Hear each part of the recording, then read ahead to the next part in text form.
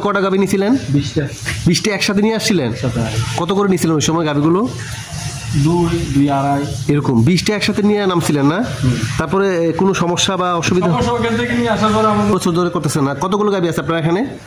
আছে প্রায় 28টা মতো গাভী আছে, বাচ্চা মিলে প্রায় 50 টাকা কাছাকাছি। 28টা মতো গাভী আছে না? তো এগুলা কোন জাতের গাভীগুলো আপনি বাছাই করলেন? হলস্টেইন ফ্রিজিয়ান না?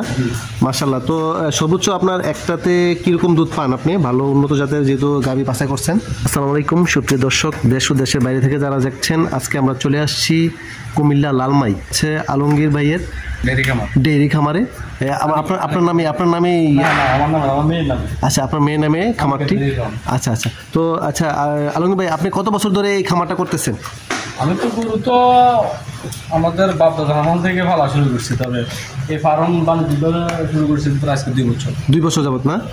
আচ্ছা, তো 2 বছর ধরে করতেছেন না? কতগুলো গাভী আছে আপনার এখানে? আছে প্রায় 28টা মতো গাভী আছে, বাচ্চা মিলে প্রায় 50 টাকা কাছাকাছি। 28টা মতো গাভী আছে না? তো এগুলা কোন জাতের গাভীগুলো আপনি বাছাই করলেন? এগুলো আমার এখানে যা আছে সবগুলো ফিজিয়ান। সব হলস্টেইন ফ্রিজিয়ান না? মাশাআল্লাহ। তো সর্বোচ্চ আপনার একটাতে কিরকম দুধ পান আপনি? ভালো উন্নত জাতের যেহেতু গাভী বাছাই করছেন। 22-23 না? তো আচ্ছা, এই যে গাভীগুলো লালন পালন করছেন, আপনার এটার পিছনে আপনার আসলে আপনি কি সৌদি প্রবাসী তাই না? জি, আমি আগে সৌদি আরব ছিলাম। আচ্ছা, মদিনা শরীফ। আচ্ছা। তো ওখান থেকে আপনি দেশে এসে একটা পরিকল্পনা করছেন যে দেশে আসে আপনি খামার করবেন? তো স্বপ্ন ছিল আগের থেকে। আচ্ছা, আগে থেকে স্বপ্ন, তবে ওই সময় তো আর্থিক কারণে হয়তো স্বপ্ন পূরণ করতে পারিনি। আচ্ছা, তবে এখন বিদেশে আসার পর প্ল্যান করছি। তো এই যে পরিচালনা করতেছেন, কিভাবে যত্ন নিচ্ছেন? যত্ন আদি কিভাবে কি নিচ্ছেন? যত্ন কিভাবে করতেছেন এগুলো? যত্ন মনে করেন যে টাইম মতো ভ্যাকসিন, আচ্ছা, এমনকি কৃমির ওষুধ, লিভার টনিক, এগুলা মানে 3 মাস পর করতেছি। আর গাছ তো আছে। গাছের কি আপনার নিজের জমিতে যে ঘাস চাষ করতেছেন? নিজের জমিতে গাছ লাগাইছি। আচ্ছা, অনেকেই বলে যে আসলে প্রাকৃতিক ঘাস বা এগুলাতেই মোটামুটি গাভী লালন পালন করাতে দুধ বেশি। গাছ ছাড়া কোনো বিকল্প নাই। হ্যাঁ, গাছ সবাই আপনার খাইতে পারতেন না। আচ্ছা, মানে তাহলে খাদ্যের জন্য মেইন হচ্ছে আপনি খরচ কমাতে হলে আপনার প্রাকৃতিক ঘাসটা আগে লাগবে, তাই না? যথেষ্ট পরিমাণ ঘাস রাখতে হবে। প্রতিদিন কিরকম ঘাস লাগে? এখন তো শীতকালে ঘাস কম হয় তো। আচ্ছা, কমে, তবে 3-4 ভ্যান গাড়ি ঘাস লাগার কথা, তবে এখন ঘাস নাই দিতে অল্প যেটুকু আছে ততটুকু সব দিচ্ছেন। খেরের দাম বেশি তো, এবছর ওই যে বন্যার কারণে খের নষ্ট হয়ে গেছে। একটু খোলামেলা, একটু চমৎকার। আপনি দেশের বাইরে থেকে মোটামুটি কিছু মানে অভিজ্ঞতা করছেন, একটু সাজানো গুছানো সিস্টেম করে, আবার কিছু ফলের গাছ টাছও রাখছেন। আচ্ছা, আর পাশাপাশি মানে দানাদার কিছু খাবার তো দিচ্ছেন, তাই না? যথেষ্ট পরিমাণ থাকলে দানাদার খাদ্য কম হলেও চলে। আচ্ছা, এই শেডটা কতটুকু শেডের মধ্যে করছেন আপনি? এটা কতগুলো গাভী রাখা যাবে? আমার এখানে শেডের গরুর ক্যাপাসিটি আছে প্রায় 100 গাভী। তো আপনি কি মানে কুরবানির জন্য কিছু ষাঁড় গরু কি মোটা তাজার জন্য কিছু লালন পালন করেন নাকি? ওইভাবে শুরু করি নাই, সব শুধু গাভী লালন পালন করতেছেন? শুধু গাভী। আচ্ছা, তো এই যে আপনি সম্ভব না। আচ্ছা, তো আপনি এখান থেকে মোটামুটি প্রতিদিন গড়ে কত লিটার দুধ পাচ্ছেন? 220 না?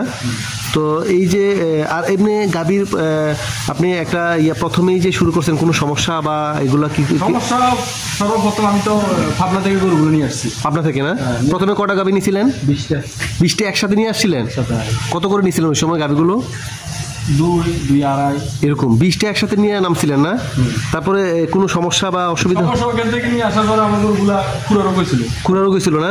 তারপরে কিভাবে সমস্যা? ডাক্তারের পরামর্শ নিয়েছি, নিজেরও ট্রিটমেন্ট নিয়েছি।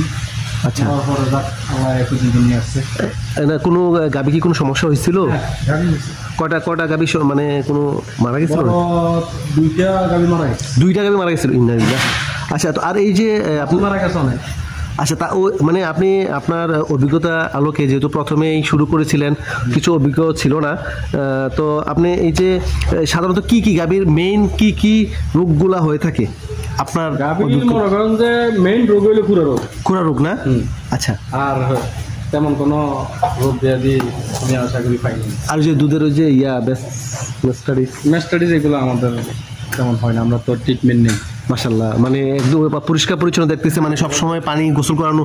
আর এই যে মোটামুটি ছায়া শেডগুলো একবারে ছায়া করে ইয়ে করছেন, আমাদের উপরে জন্য আছে, উপরে জোনা সিস্টেম আছে না? ওই গরমকাল আসলে উপর থেকে মানে পানি স্প্রে করে, তাই না? টিনের উপর দিয়ে স্প্রে করে না, যাতে সবসময় মানে শীতল রাখার জন্য।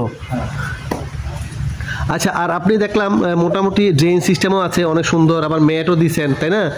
তো এই যে আর আপনি এই যে রোগ প্রতিরোধ যেন আরো উন্নত করার জন্য কোন ভেটেরিনারি চিকিৎসকের সহায়তা নেন? হ্যাঁ, ডাক্তার আছে, আমার পার্মানেন্ট ডাক্তার আছে, ওনাদের সহায়তা নেন, তাই না? আপনারা যতটুকু জানেন বা যতটুকু পারেন বাকিটা ওনাদের কাছ থেকে সহায়তা নিচ্ছেন। ওনার সহায়তা নিয়ে উনি ট্রিটমেন্ট দেয়।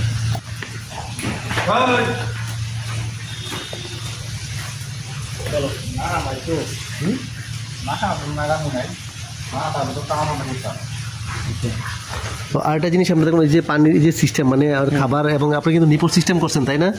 এটা কি বোতল দিয়ে করছেন না? হ্যাঁ, প্লাস্টিকের বোতল দিয়ে। চমৎকার, প্রত্যেকটা ইয়ের জন্য পানি ইয়েগুলো না, জাস্ট ক্যাপ লাগাই দিচ্ছেন, পরে আবার ক্যাপ। চমৎকার চমৎকার চমৎকার চমৎকার চমৎকার। আসলে এই আইডিয়াটা অনেক খামারে আমি গেছি, কিন্তু অনেকে এটা রাখে না। তখন হয় কি, যারা ওই যে খাবার পরিচালনা করেন, পানিটা পরিষ্কারের জন্য আলাদা প্লাস্টিকের দিয়ে অনেক সময় লাগে, এবং এটা শ্রমেরও ব্যাপার। আবার যাচ্ছে 30-40টা গাভীর জন্য প্রত্যেকটা ইয়া পরিষ্কার করা। কিন্তু আপনার এই সিস্টেমটা অনেকেই কিন্তু নিপল সিস্টেমে যে এমএসের যে ইয়েগুলো আছে না, ওইগুলো দিয়েও করে। আপনি প্লাস্টিকের ইয়ে করছে, মানে অল্প বুদ্ধিতেই কিন্তু কাজ হয়ে গেছে, তাই না? চমৎকার। আর মোটামুটি খামারটা কিন্তু পরিষ্কার পরিচ্ছন্ন একদম। আর আপনি মশা মাছির জন্য কি করতেছেন? মশা মাছি যেন না থাকে, হ্যাঁ, কিছু স্প্রে ওই যে ইয়া দিচ্ছেন, তাই না? আর এর মুন্ডি আছে নাকি? মুন্ডি মনে হয়, হ্যাঁ হ্যাঁ, মুন্ডি না, সব ফ্রিজের না? আর এমনি দুধ বেশি পাওয়ার জন্য কি এক্সট্রা কিছু করেন আপনি? দুধ যে ভাই এটা করলে দুধের গুণগত মান দেখেছে আবার নষ্ট হয়ে গেল, এমন কিছু?